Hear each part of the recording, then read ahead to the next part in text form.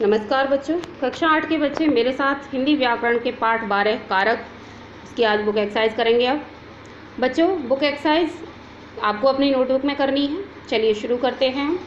पाठ 12 कारक की बुक एक्सरसाइज। इसमें पहला प्रश्न है, उपयुक्त विकल्प चुनकर दिए गए वाक्यों को पूरा कीजिए। विकल्प को चुनना है और वाक्यों को पूरा करना है। जैसे पहला है, इसमें क्रिया करने वाला क्या होता है? कर्ता कारक होता है। तो कर्ता के पीछे वाले कॉलम में सही का निशान लगाएंगे। ख है, जिसके लिए काम हो, कौन सा होता है? संप्रदान कारक। तो संप्रदान के पीछे वाले कॉलम में सही का निशान लगाएंगे। ग है, जिस पर काम करने का प्रभाव हो, कर्म। तो यहाँ कर्म कारक को भर देंगे, कर्म कारक के पीछे सही का निशान लगाएंगे। घ है, जहाँ अलग होने का भाव हो, वहाँ क्या होता है? अपादान। तो अपादान के पीछे वाले कॉलम में सही का निशान लगाएंगे। इसके बाद अगला है न, जहाँ एक वस्तु की दूसरी वस्तु से संबंध होता हो, वहाँ क्या होता है? एक वस्तु का दूसरी वस्तु संबंध कारक। तो इसके पीछे वाले कॉलम में सही का निशान लगाएंगे। अब आता है बच्चों प्रश्न नंबर 2। कोष्टक में सही कारक चुनकर रिक्त स्थान भरिए।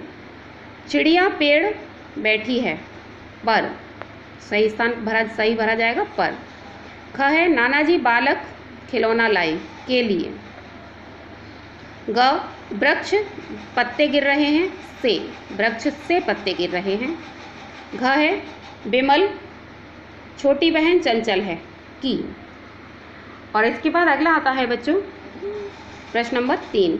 नीचे दिए गए वाक्यों में प्रयुक्त कारक चिन्हों को छांट कर लिखिए। कारक चिन्हों को इसमें से छांट कर लिखना है। पहला है इसमें, यह वैभव की माँ है। तो यहाँ की शब्द की कारक चिन्ह है इसमें। श्री राम ने बाली का वध किया। तो ने शब्द इसमें कारक है। यह किताब अंजलि के लिए है, के लिए शब्द इसमें कारक है। और वह राजू से खिलौने लाया, तो से इसमें कारक चिन्ह है। अब आता है बच्चों प्रश्न नंबर 4। नीचे दिए गए वाक्यों में मोटे छपे पदों में कारक बताइए। जो शब्द इसमें मोटे छपे हैं उनके कारक बताने हैं। जैसे पहला है, खिलाड़ियों को दूध दीजिए, कर्म कारक। मुझसे अब नहीं रहा जाता, कर्ण कारक। बालक छत से गिर पड़ा, अपादान कारक। दादी माँ द्वारा पकवान बनाया जा रहा है, कर्ण कारक। माली ने सुंदर बगीचा लगाया, कर्ता कारक। इसके बाद प्रश्न नंबर 5 है, नीचे दिए गए वाक्यों की विभक्तियाँ शुद्ध करके वाक्यों को पुनः लिखिए। विभक्तियाँ सही करके लिखनी है। जैसे पहला है, अमिता को साइकिल चलाई। तो यहाँ आएगा अमिता ने साइकिल चलाई। ख है, राधा ने रानी से फूल दिया। तो यहाँ आएगा राधा ने रानी को फूल। रोनित हवाई जहाज पर मुंबई गया। तो रोनित हवाई जहाज से मुंबई गया। घ है, अध्यापक ने कक्षा पर प्रवेश किया। तो यहाँ आएगा अध्यापक ने कक्षा में प्रवेश किया। अब आता है बच्चों प्रश्न नंबर 6। निम्नलिखित दिए गए प्रश्नों के उत्तर लिखिए। ये प्रश्न जो दिए गए इनके उत्तर लिखने हैं। पहला प्रश्न है, इसमें कारक किसे कहते हैं? कारक कितने प्रकार के होते हैं? तो इसका उत्तर हम लिखेंगे। प्रश्न नंबर 6 का उत्तर, प्रश्न नंबर का, वे शब्द जिनके द्वारा संज्ञा या सर्वनाम का क्रिया तथा वाक्य के अन्य शब्दों के साथ संबंध स्पष्ट होता है, कारक कहलाते हैं।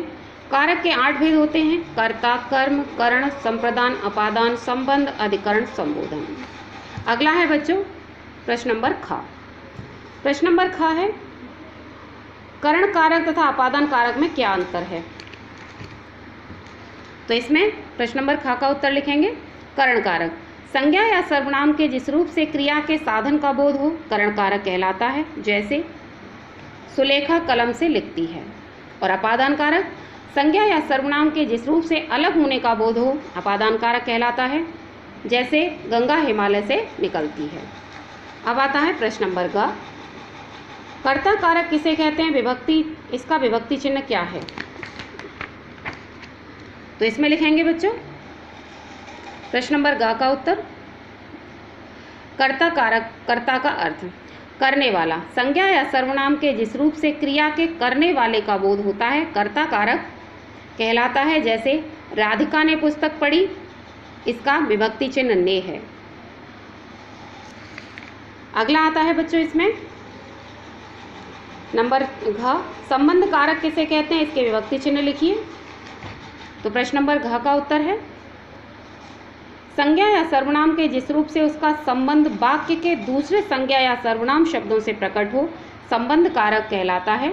जैसे कृष्ण वासुदेव के पुत्र थे, इसका विभक्ति चिन्ह का, के, की है। अगला आता है बच्चों प्रश्न नंबर 9, संप्रदान और अपादान कारक को उदाहरण देकर समझाइए। तो प्रश्न नंबर 9 का उत्तर है संप्रदान कारक, जिस संज्ञा या सर्वनाम के लिए कुछ किया जाए या कुछ दिया जाए संप्रदान कारक कहलाता है।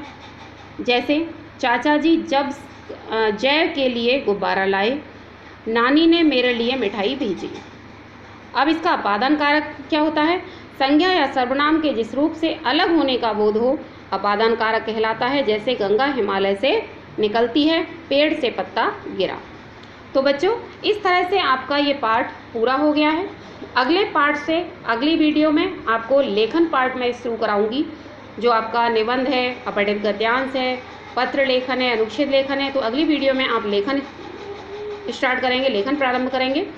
तब तक बच्चों जो काम आपको बताया जा रहा है उसको करते रहिए, सुरक्षित रहिए, घर में रहिए, समय से ही अपना कार्य भी पूरा कर लीजिए और अपने माता पिता से कहकर विद्यालय में फीस भी जमा कराइए। धन्यवाद।